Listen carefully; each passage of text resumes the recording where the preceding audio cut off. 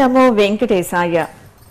మన పెద్దలు మనకు నేర్పించిన ఎన్నో శతక పద్యాలు మన జీవన విధానంలోనూ సంస్కృతి సంప్రదాయాల్లోనూ ఆలవాలమయ్యాయి. ఎందరో మహాకవులు తమ కరకమలములతో అక్షరాత్మకంగా తీర్చిదిద్దిన శతక పద్యాలు పిల్లల నుంచి పెద్దల దాకా అందరినీ అలరిస్తున్నాయి. మన తెలుగు భాషలో విరివిగా ఉన్న సందేశాత్మకమైన భక్తి నీతి శతక పద్యాలను ఏర్చి కూర్చి వినూత్నంగా రూపొందించిన కార్యక్రమమే ఈ శతక పద్య మంజరి.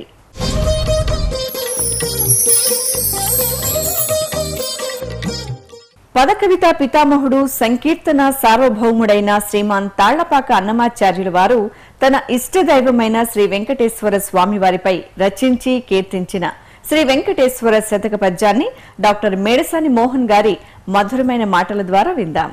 కనకపు పీఠినెక్కి రతికాంత శరాకృతి నీవు వీధులంచెనునెడ నీరు చెంగట ప్రసన్నతతో అలమేలు మంగ కాంచన నవ కింకిణీ రవము సన్నపు తాళగతిన్ రచింపగా కనుగవ మోడ్చి మోడ్చి రతి కౌగిట జీర్తువు వెంకటేశ్వర. కలియుగ ప్రత్యక్ష దైవమైనటువంటి వెంకటాచలపతి తిరుమల తిరువీధులలో విహరించే సమయంలో ఎన్నో మహోత్సవాలలో కనకపు పీఠినెక్కి బంగారు పల్లకీపై కానీ బంగారు తిరుచిపై కానీ బంగారు రథంలో కానీ ఊరేగుతూ ఉంటారు. బంగారు మేడలలోన పరమాత్ముడు వాడే సింగారాలు మీరు మీరు చేయరే చిరులు అని కూడా అన్నమయ్య మరొక సంకీర్తనలో వర్ణించారు. అటువంటి కనకపు పీఠినెక్కి రతికాంత శరాకృతి నీవు వీధులంచెనునెడ దేవదేవుడు సమస్తాలంకార సంశోభితుడై ఆపాదమస్తకము కూడా అనేకానేకమైనటువంటి రత్నరాసులు అన్నీ ధరించి ధగద్ధగాయమాన శోభావిశేషంతో ప్రకాశిస్తూ ఆ దేవదేవుడు అలా వెళుతూ ఉంటే నీరు చెంగట ప్రసన్నతతో అలమేలు మంగ ఆ స్వామి సన్నిధిలో ప్రక్కనే ఉన్నటువంటి లక్ష్మీదేవి అలమేలు మంగ ఆ తల్లి కాంచననవ కింకిణీ రవము సన్నపు తాళగతిని రచింపగా చేతులకు ధరించి ఉన్నటువంటి కంకణముల యొక్క రవములు శబ్దములు లయాత్మకంగా ఉండే తాళగతుల్లాగా ఉన్నాయట. అలా ఉండగా కనుగవ మోడ్చి మోడ్చి ఆ జగదేక సౌభాగ్యవతి యొక్క మహా సౌందర్యాన్ని అరమోట్పు కన్నులతో తన్మయత్వంతో పారవస్యంతో దేవదేవుడు దర్శించుకుంటూ ఆ అమ్మవారి సౌందర్యాన్ని చూస్తూ కవిగిట జీర్తువు వెంకటేశ్వర ఆలింగనాది సుఖాలతో అమ్మవారికి ఆనందాన్ని కలిగిస్తూ ఉన్నాడు. అంటే అలమేలు మంగ లక్ష్మి, ఆమె సౌందర్యానికి గమ్యమానుడైనటువంటి వాడు దేవదేవుడైనటువంటి పరమేశ్వరుడు వెంకటేశ్వర స్వామి. వెంకటేశ్వర స్వామి వారి యొక్క మహా సౌందర్యబంధురమైనటువంటి ఆకారానికి ఆత్మకు గమ్యమానమైనటువంటిదే లక్ష్మీదేవి అలమేలు మంగ. అళినీలాలక పూర్ణచంద్రముఖి ఏణాక్షిన్ ప్రవాళాధరన్ కలకంఠిన్ నవ పల్లవాంఘ్రియుగళిన్ గంధేభ కుంభస్తనిన్ పురిణశ్రోణిన్ ఇహేంద్రయాన అరుణాంభోజాత హస్తన్ మహోత్పలగంధిన్ మృగరాజ మధ్యగని.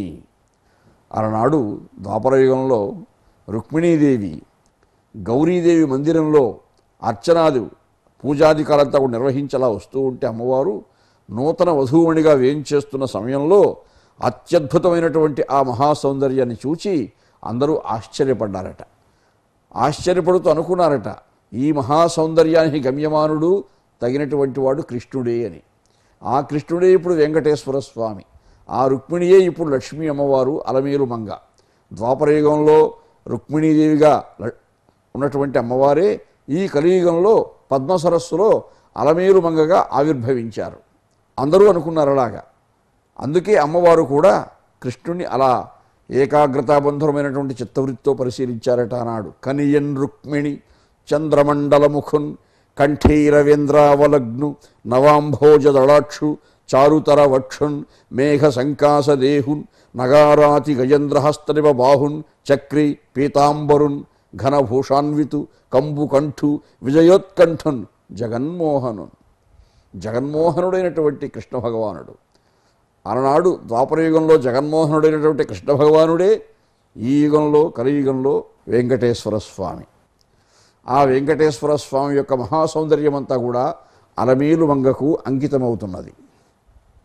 అలాగే అలమేలు మంగ నీవభినవ రూపము జలజాక్షు కన్నులకు చౌరిచ్చేవమ్మా, గరుడాచలాధీసు ఘనవక్షమున నుండి పరమానంద సంభరితవై నిరతనములు చూపి నిరంతరము నాథుని హరుషింపగజేసితి గదమ్మా.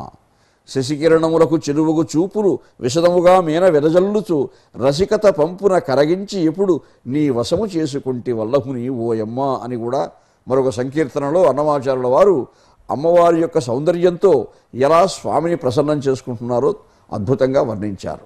అలాగా స్వామివారు బంగారు పీఠంపై బంగారు తిరుచిలో జగన్మోహనుడై విహరిస్తూ అలమేలు మంగ యొక్క సౌందర్యాన్ని ఆస్వాదిస్తూ అలా వెళుతూ ఉంటే ఆ దృశ్యాన్ని భక్తులు భాగవతులు అంబరవీధిలో ఉంచి దేవతలు చూస్తూ ఉంటారు.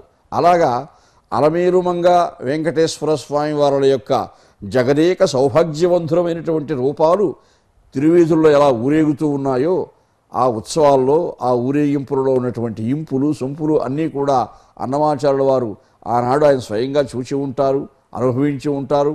ఆ తాను అనుభవించినటువంటి ఆ అనుభూతినే ఆ ఆనందాన్నే అక్షరబద్ధం చేసి ప్రతి పద్యంలో కూడా పదకవితా పితామహుడు మనకు అందిస్తూ ఉన్నాడు. అలాగా ప్రతికాంత శరాకృతి, అందగాళ్లకే అందగాడు దేవదేవుడు. మన్మథుడు చాలా గొప్ప సౌందర్యం కలిగినవాడని చెప్తారు అందరూ కూడా.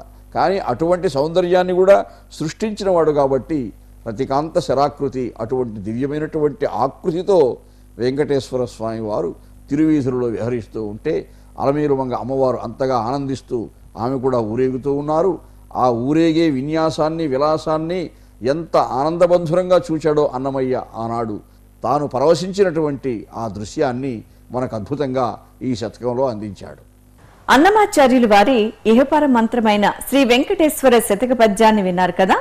ఇప్పుడు తెలుగు నేలలో ప్రసరించిన అద్భుత దివ్యకిరణం మేడి పండుల మెరిసే సమాజం గుట్టు విప్పి లోకంలోని రీతులు నీతులను చాటి చెప్పిన వేమన కవీంద్రుల వారి శతక పద్యాన్ని డాక్టర్ మైలవరపు శ్రీనివాసరావు గారి శ్రావ్యమైన గాత్రం ద్వారా ఇప్పుడు విందాం.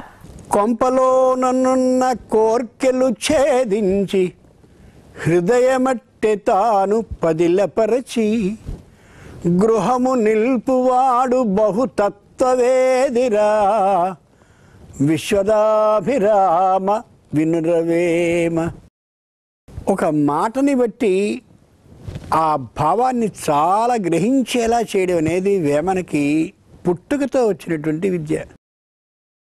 అదేమిటి అని అడిగితే అదో కొంప అని అవతలవాడు అన్నాడు అనుకోండి, ఓహో ఆ ఇల్లు సరిగా లేదు అనేది అర్థమైపోతుంది. అంచేత వేమన మహాకవి అంటున్నాడు, కొంపలోననున్న కోర్కెలు ఛేదించి. కోరికలు అలా పుడుతూ పుడుతూ పుడుతూ పుడుతూ ఉంటే అది ఇల్లు కాదు, కొంప. ఇల్లు అంటే మనం అనుకునేటటువంటి ఏదో కర్రలతో వాసాలతో ఆ పైన ఏదో జమ్మితో లేదా తాటాకులతో కట్టినటువంటి ఇల్లు అని అర్థం కాదు. ఇంటిలోని పోరు ఇంత ఇంత కాదయా అంటే అంత అని చెప్పడం. ఇల్లు అంటే శరీరం అని అర్థం. కాబట్టి కొంప అంటే ఈ ఇల్లు కొంపగా ఎప్పుడు మారుతుంది అంటే కోరికలు పెరిగిన కొద్దీ పెరిగిన కొద్దీ పెరిగిన కొద్దీ ఇల్లు కొంప అయిపోతుంది. మరి నిజమైనటువంటి యోగి ఎవరు? కొంపలోననున్న కోర్కెల ఛేదించి, ఈ శరీరంలో పుడుతున్నటువంటి అనేకమైన కోరికల్ని ఎప్పటికప్పుడు ఎప్పటికప్పుడు ఎప్పటికప్పుడు నరికేస్తూ హృదయం ఏదైతే ఉందో దాన్ని పదిలపరచి, పదిలపరచడం అంటే జాగ్రత్తగా రక్షణగా ఉంచడము అని అర్థం. ఓ బంగారం ఉంది, ఇంట్లో ఏం చేస్తాం? మధ్యలో పెట్టేయం, గది మధ్యలో ఓ చక్కనైన పెట్టెలో పెట్టి దాన్ని మళ్ళీ ఇంకో పెద్ద పెట్టెలో పెట్టి ఆ పెద్ద పెట్టెకి గట్టిగా తాళం వేసి ఆ తాళం చెవి ఎవరికీ కనిపించకుండా ఉండే చోట పెట్టి అనుక్షణం దాన్ని పరిశీలిస్తూ ఉంటాం. ఎందుకని? అంత విలువైనటువంటిది బంగారం కాబట్టి. అంచేత హృదయం ఏదైతే ఉందో దాన్ని పదిలపరచి, ఎవరో చెప్పిన కోరికో తనకి పుట్టినటువంటి కోరికో లేక ఎవరెవరి ద్వారానో అలా కళ్ళో చెవిలో విన్నా చూసినటువంటి కోరికలో మళ్ళీ ఇంటిలోనికి చేరకుండా ఉండేలా హృదయాన్ని అట్టే పదిలపరచి జాగ్రత్తగా రక్షించేటట్లయితే అప్పుడు ఆ కొంప గ్రహంగా మారు. ఎంత గొప్ప మాట చూడండి. కేవలం ఆలోచనలు కోరికల కారణంగానే వ్యక్తి పతనమైపోతూ ఉంటాడు. ఆ యథార్థాన్ని తెలియచేస్తున్నాడు వేమన. సుఖంగా తనకున్నటువంటి దాంతో సంతృప్తికరంగా జీవనాన్ని సాగిస్తూ ఉంటే ఇంకో ఆలోచన ఎందుకు రావాలి? అంచేత ఎవరైతే ఆ కోరికలన్నింటినీ ఛేదించేసుకుని గృహంగా మార్చేసుకుంటారో ఇంటిని, బహు తత్వ వేదిరా, అప్పుడు యథార్థమైన తత్వం ఏదో తెలుస్తుంది. ఆ తత్వాన్ని తాను అర్థం చేసుకోగలుగుతాడు కూడా. దుర్యోధనుడు ఉన్నాడు.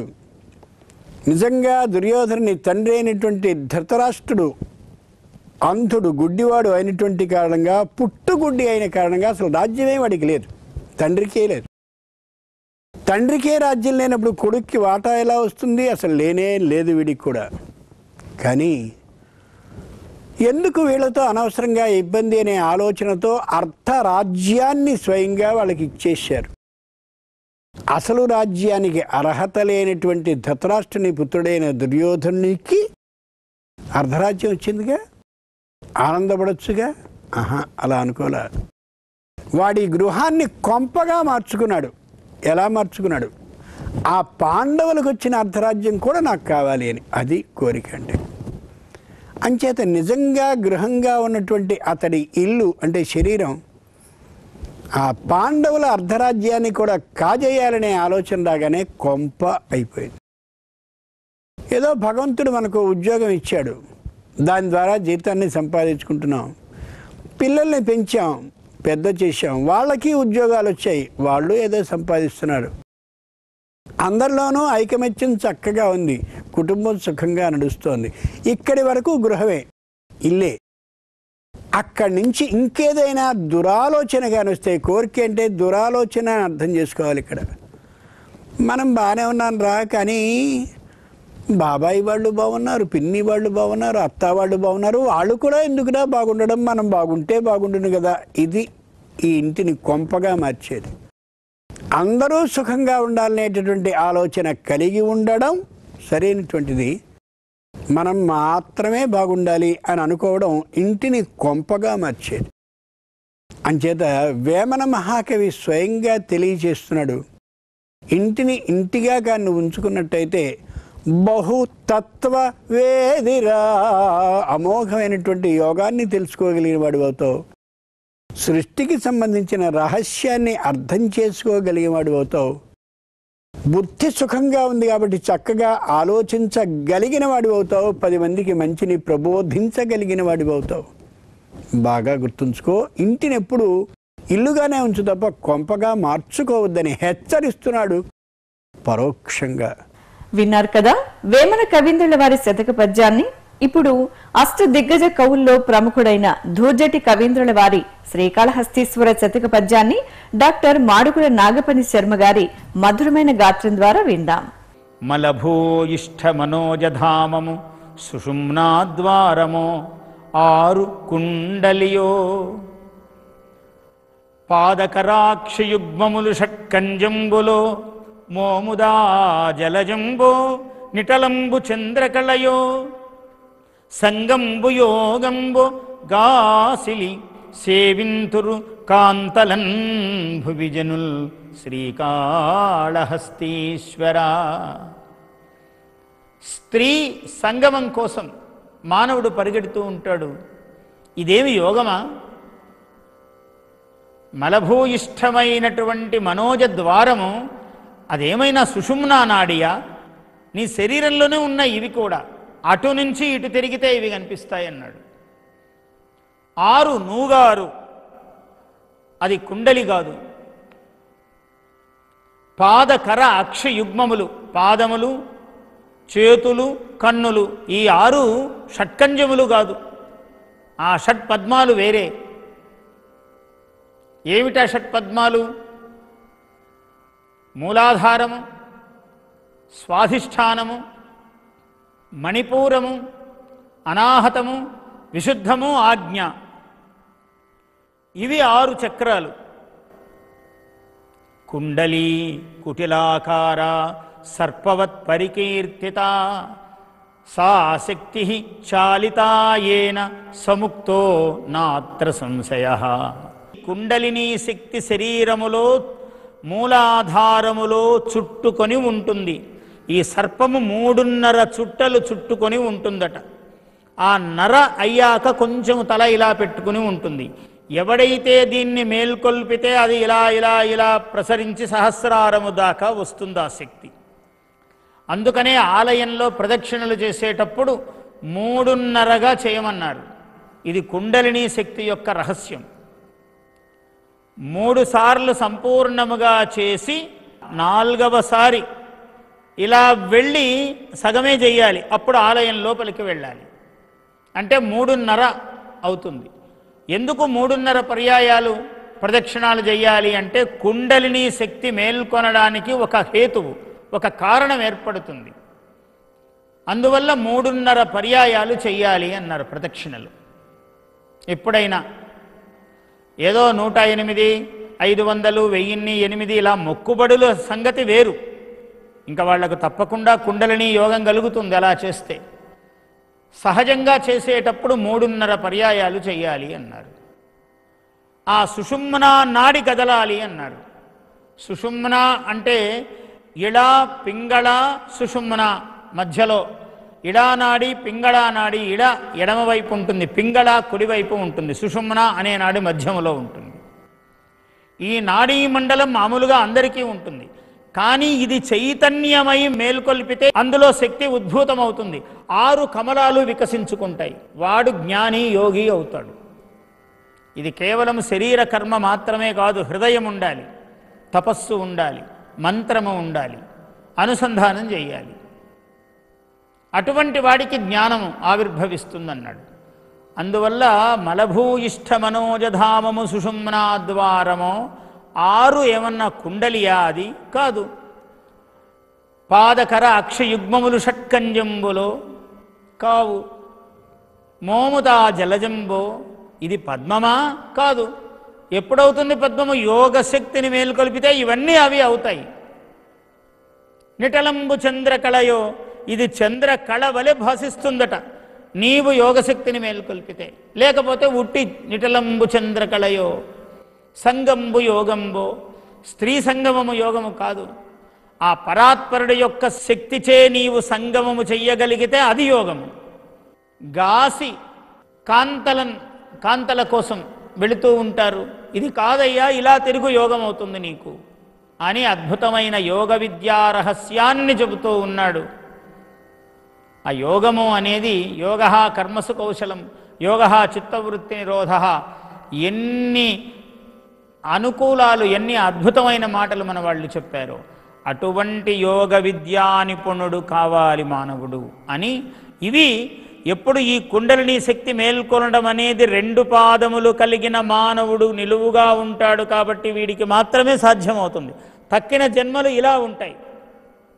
అక్కడ కుండలిని మేల్కొనే అవకాశం ఆ జన్మల్లో లేదు. ఆ శక్తి ఇలా సమంగా ప్రసరిస్తుంది కానీ ఊర్ధ్వ ప్రసారం అయ్యే అవకాశం లేదు. ఒక్క మానవుడికి మాత్రమే అవకాశం ఉన్నది.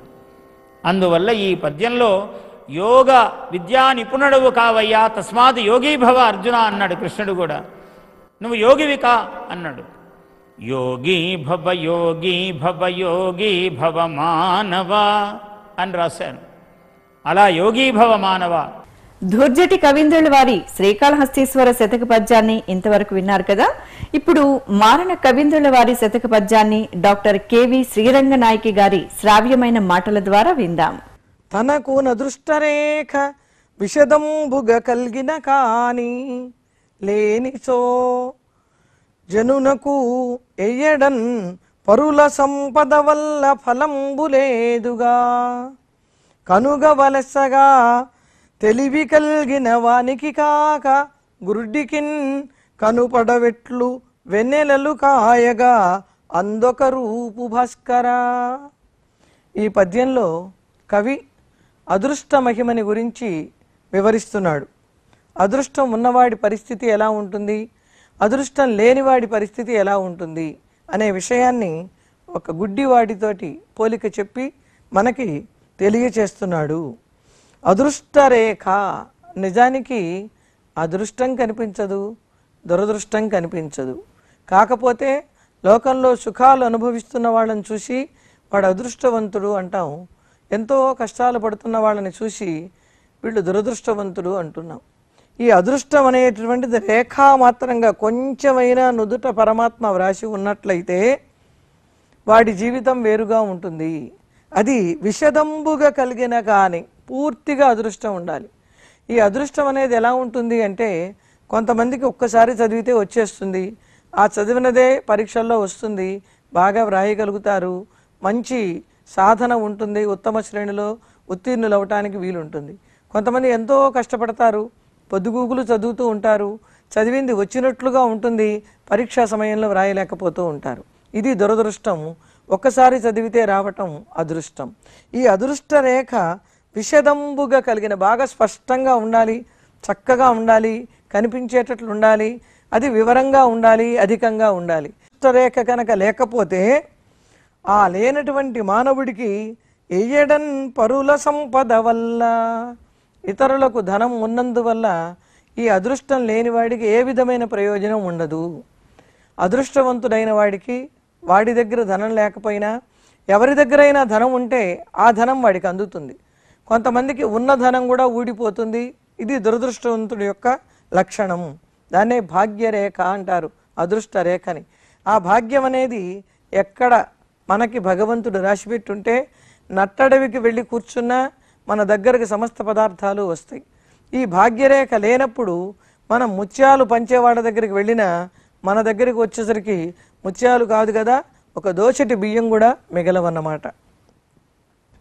అలాంటి వాడికి పరులకి సంపద ఉన్నా దురదృష్టవంతుడికి వాడి వల్ల లాభం లేదు. ఏ విధంగా లాభం ఉండదో వివరిస్తున్నాడు. కనుగ వలసగా తెలివి కలిగిన, చూపు బాగా ఉన్నవాడికి వెన్నెలలు కురుస్తూ ఉన్నప్పుడు ఆ వెన్నెలలో ఏవైనా రూపాలు కనపడుతూ ఉంటాయి.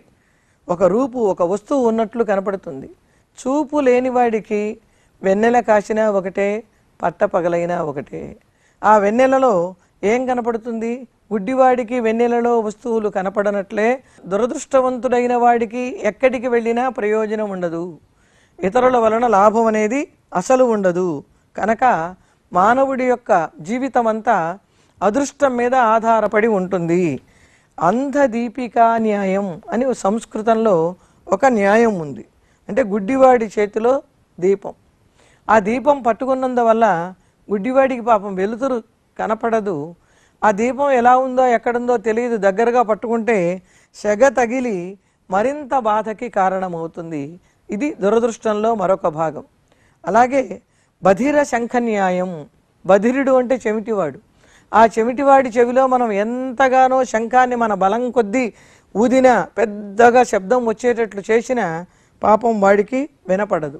అందువలన గుడ్డివాడి వంటి వాడు దురదృష్టవంతుడు.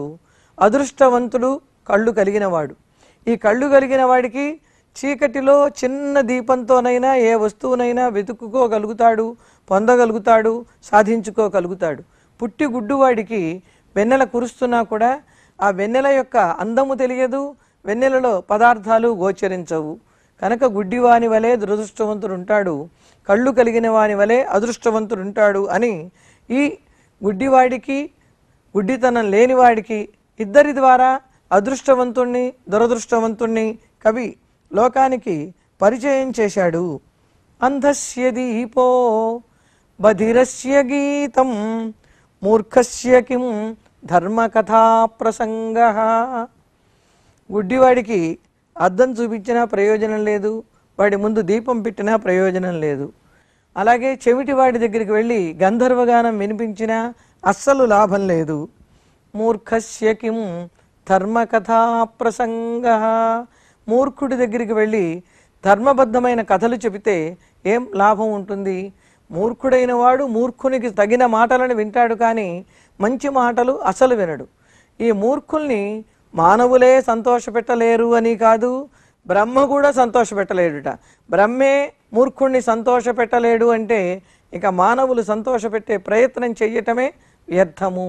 అలా బధిరునికి శంఖారావము వలె, వీణానాదము వలె, అంధునికి దీపము వలె, అదృష్టహీనుడి చేసేటటువంటి పనులన్నీ కూడా వ్యర్థమైపోతాయి, అదృష్టహీనుడు దేనిని పొందలేడు అనే విషయాన్ని ఈ గురిటివాడికి వెన్నెలల వలె ఉదాహరణ చెప్పి కవి ఈ పద్యంలో అందరికీ అర్థమయ్యేటట్లుగా వివరించారు. అంధునికి అద్దం చూపించినట్లుగా సామెత తెలుగులో రూఢిలో ఉన్నది. నలుగురు మహాకవీంద్రులు రచించిన 4 శతక పద్యాలను నలుగురు పండితులచే రాగ భావయుక్తంగా సాగిన శతక పద్య మంజరి కార్యక్రమాన్ని ఆద్యంతం వీక్షించారు కదా. ఈ కార్యక్రమం మిమ్మల్ని ఎంతగానో ఆకట్టుకుందని ఆశిస్తూ ఇదే కార్యక్రమంలో మళ్ళీ కలుద్దాం. ఓం నమో వెంకటేశాయ.